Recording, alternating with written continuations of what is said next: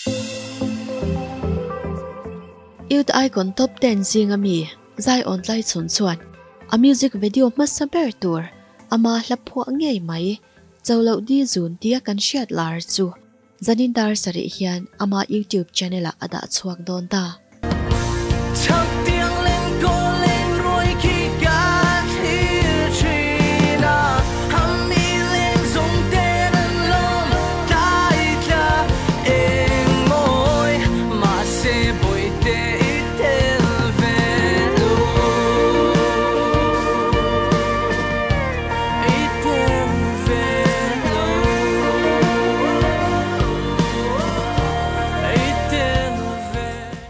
Hela hi zanina zai ona hian har satna dang omlava ati chhuak tluang thaya ni chuan youth icon star zinga single music video ti chhuak Hmasa ber ani don ti na ani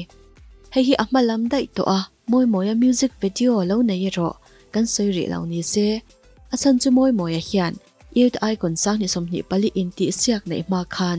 official music video alo ti chhuat to wang ania tun icon nu a music video ti chhuak Hmasa ber hi zai ona ani kan ti na ani chu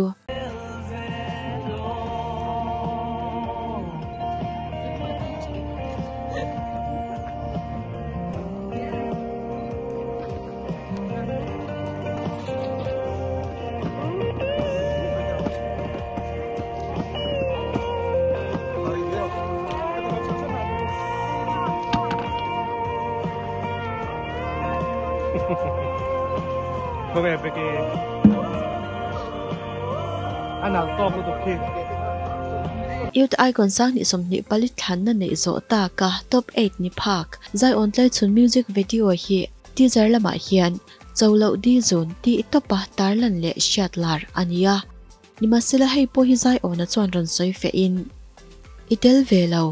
cholo di zone ti hi lethu puya ada dan tik takani thu teaser ti chwa nu hian a soi chuak le sia ti hian adik zok kan ron puang chuak ta ani zai on a music video Hmasa ber tur itel velo cholo di zone ti hla hi slow rock kan ti huang khung thei tur chi ania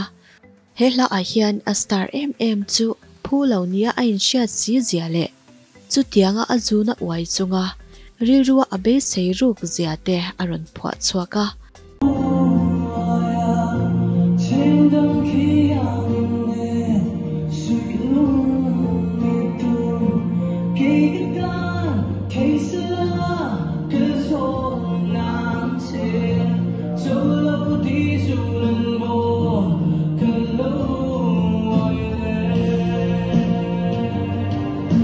Tlaichhun moi lo ma nula tlangwal khom ho zinga te chuan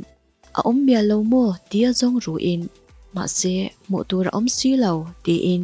be se na be don thak tak mai alo ni le si ani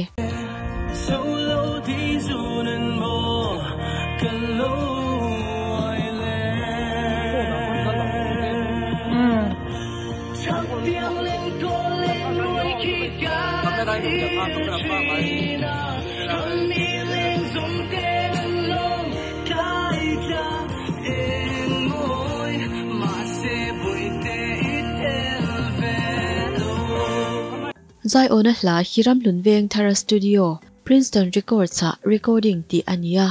he studio a hian music and kim pe fel vek ani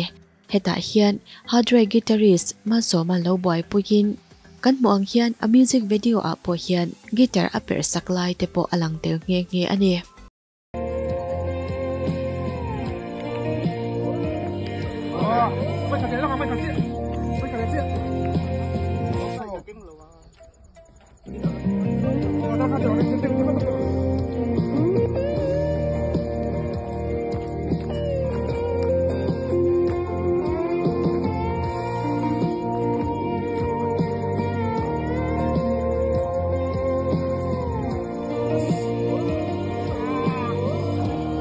a music video hi RDS Shots video production kut chuak ania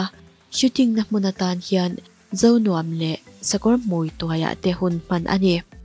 ahlamil thei tur ang berin kul tak main an han siam moyanga ahla lo moi bok nen ngaithlak anin omlo via wangle tin RDS shorts hi la shilaw kan ompal takin moite a ania ani hi music lamasul nu thatak lo nei to ni in hadre bena an basis ka ani music le video thiam kopin music video asiam sakani a akut chhuak amoi don hi ani top mai ani ngalan tlangwa zai thiam zai on Tlaichhun hi youth icon sang ni somni palia khan top 10 a langin top 10 inti siak zan khatna khan azai fu lutuk lo nima sela zan ni na ero chataka zain top 9 ai hlang kai ta ni kha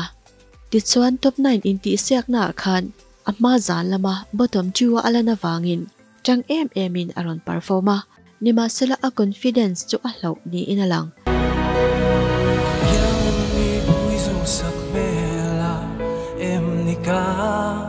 chai sual che ka don lung ru ka lan to che sia thiam na nen min chon ve don lom ni tiang em ma ngaina chu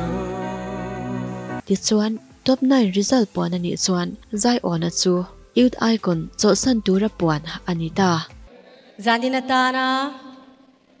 kan thaliam tur chu Zion Tlaichhun hani e chuni liamin gumdam ve ma se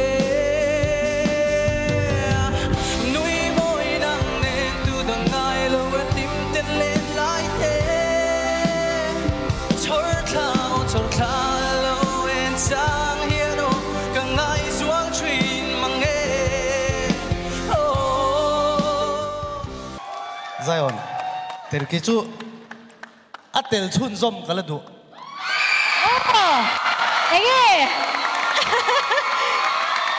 Kan judge Victoran.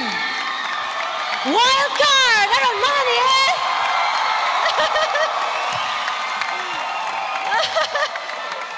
Zion. Tunai zayang khan zai chun zom ang jo, zai cheto so. Aban lo mo me. Zia kan sia eh. Judge Victor chuan a wildcard mangaron chanin ti chuan zai ona chuan chance anei le a nima sela atu ka top 8 result pon ani chuan mi pahnih tla in zai ona le zothan ki mate chu icon jin kong cho san tura puan anni ta ani zai ona hi hla phwa thiam tak ni in hla som nga chuang a phwa to nge hi a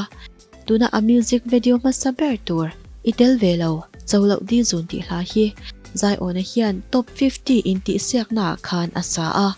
kamichum khan azai cha in ahla sakhi anal boka top 10 atlin pui ta reng bokani kha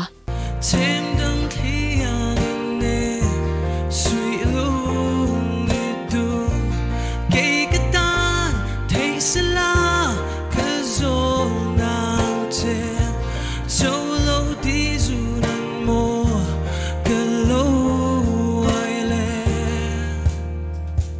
Tisuan zanina zai ona YouTube channel a music video Hmasa ber ngai tha a en turin lut sap mayang o